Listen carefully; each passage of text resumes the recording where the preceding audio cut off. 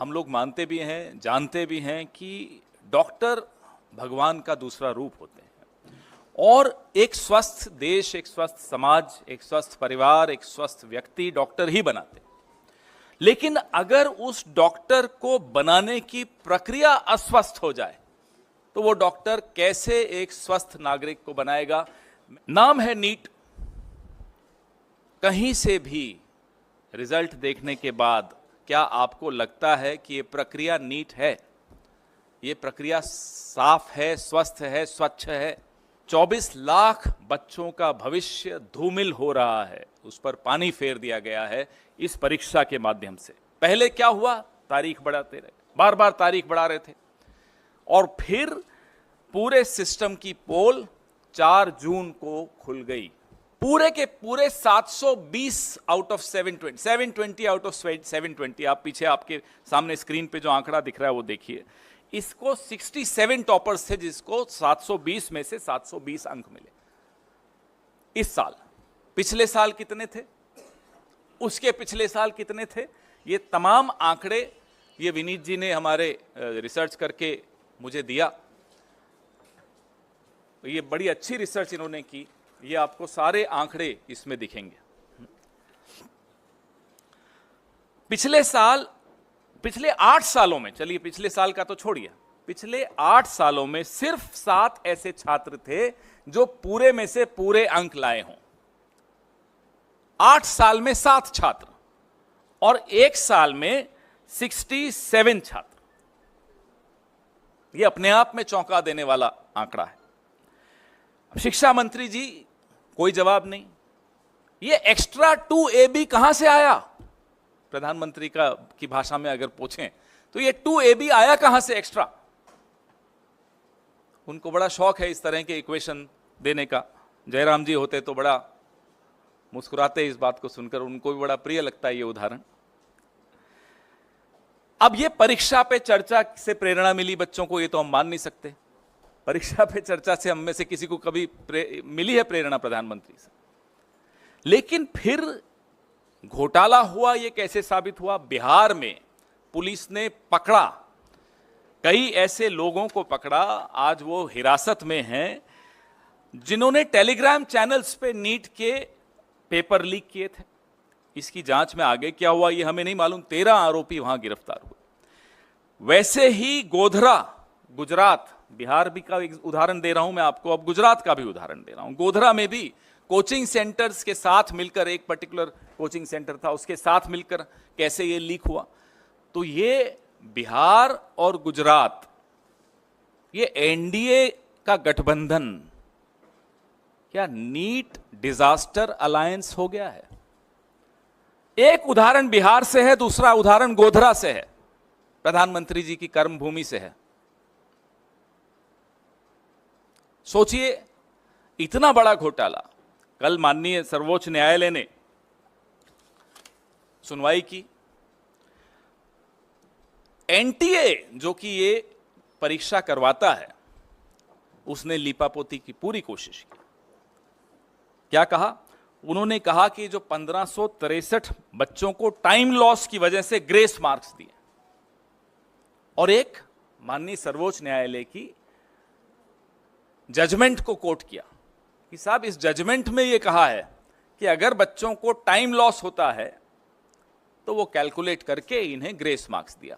उसी जजमेंट में यह स्पष्ट लिखा है कि इंजीनियरिंग और मेडिकल इसमें नहीं आते, इस कैटेगरी में नहीं आते, उनको इस तरह से टाइम लॉस के ग्रेस मार्क्स नहीं दी जा सकते।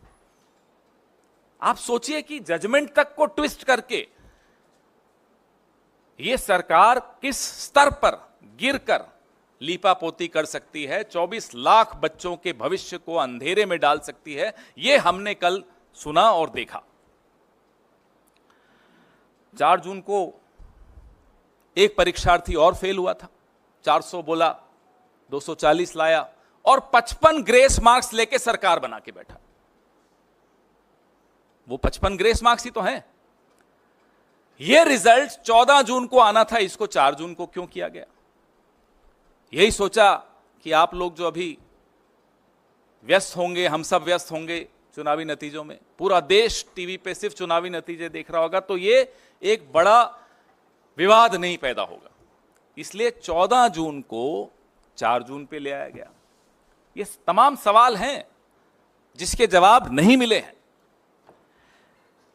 अब माननीय सर्वोच्च न्यायालय के फैसले के अनुसार ग्रेस मार्क्स तो हटा दिए, लेकिन जो 24 लाख बच्चों के जहन में, के मन में, के दिमाग में जो सवाल उठ रहे हैं, उसका जवाब माननीय शिक्षा मंत्री तो दे नहीं रहे। वो तो स्तुति वंदन में लगे हुए हैं मोदी जी के, जैसा कि पूरा कैबिनेट लगा रहता है। अब 580 से ज्यादा नंबर, ये आंकड़े जरूर देखिएगा जब मैं ये बार बार, क्योंकि इसमें इन्होंने मेहनत की है विनीत जी ने, बहुत कायदे का ये आंकड़े, ये सिर्फ आंकड़े देख लें तो इस प्रेस कॉन्फ्रेंस की भी जरूरत नहीं है, इतने महत्वपूर्ण आंकड़े हैं ये। 580 से ज्यादा मार्क्स लेने वाले छात्रों के जो एग्जामिनेशन सेंटर हैं, हम ये मांग करते हैं कि उन एग्जामिनेशन सेंटर्स के साथ उनके नाम जारी किए जाएं, वो बहुत आवश्यक है।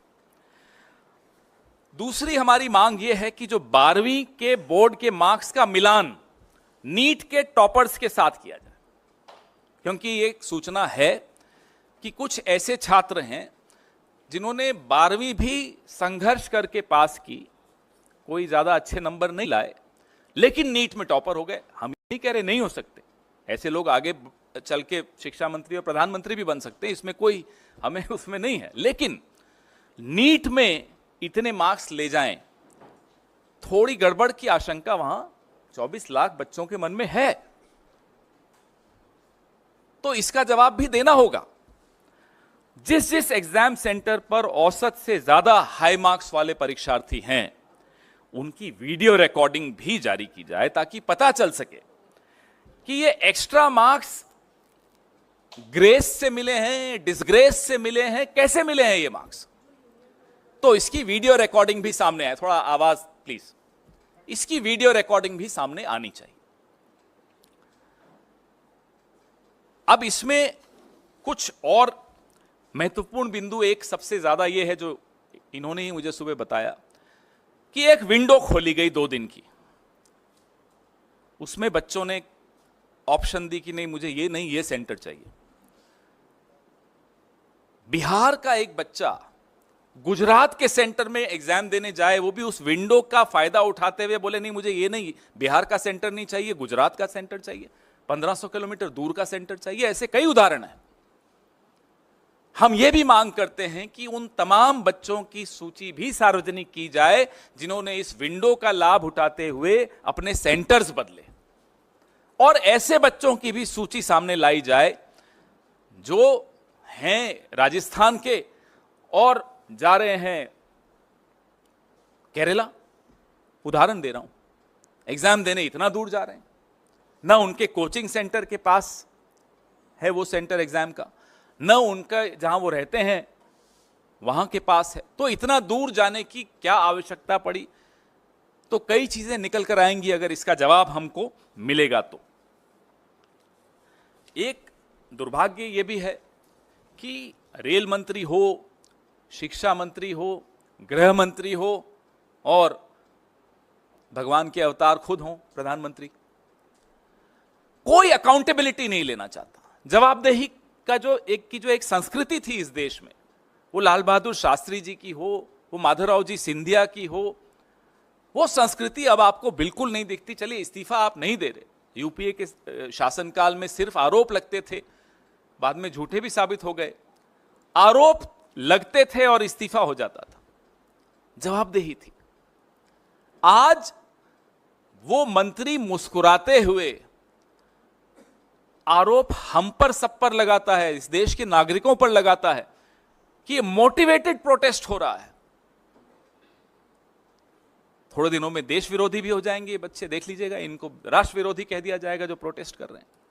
आत्महत्याएं हो रही हैं इन पेपर लीक्स को लेकर, और मंत्री मुस्कुराते हुए कहता है मोटिवेटेड प्रोटेस्ट हैं। कहां है वो जवाबदेही की संस्कृति? Where is that culture of accountability which we saw in the past, even in the UPA era? I am not going to Mr. Lal Bahadur Shastri and Mr. Madhavrao Sindhya ji. Even in the UPA era we saw this. Just an accusation. and people would resign. Later, of course, those accusations were proved wrong. Yet, there were resignations, there was accountability, there was a respect for public opinion, there was respect for the media. अब वो कहां है सम्मान media का, वो सम्मान कहां है उन लोगों का जो सवाल पूछते हैं। और आप अगर फेसबुक पर देख रहे हैं तो फॉलो कर लें हमारा पेज, और अगर आप यूट्यूब चैनल देख रहे हैं हमारा, सब्सक्राइब कर लें और बेल आइकन दबाना हरगिज़ ना भूलें। धन्यवाद, शुक्रिया।